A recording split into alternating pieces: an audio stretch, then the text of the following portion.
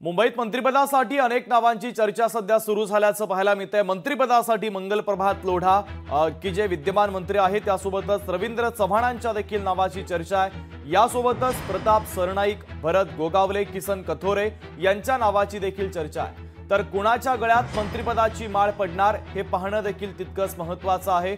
मुंबईत देखील आता मंत्रिपदासाठी अनेक नावांची चर्चा आहे। अनेक आमदारांना आता मंत्रिपदाचे वेध लागलेत। तर मंत्रिपदासाठी मंगल प्रभात लोढा, रवींद्र चव्हाणांच्या नावाची चर्चा सुरू झालेली आहे।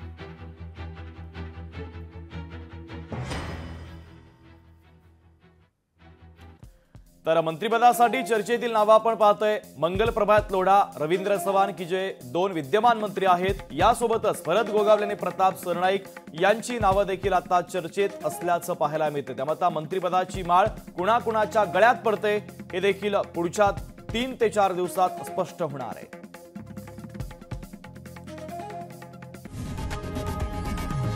लोकशाही मराठी ऐका, पहा, जागरूक रहा।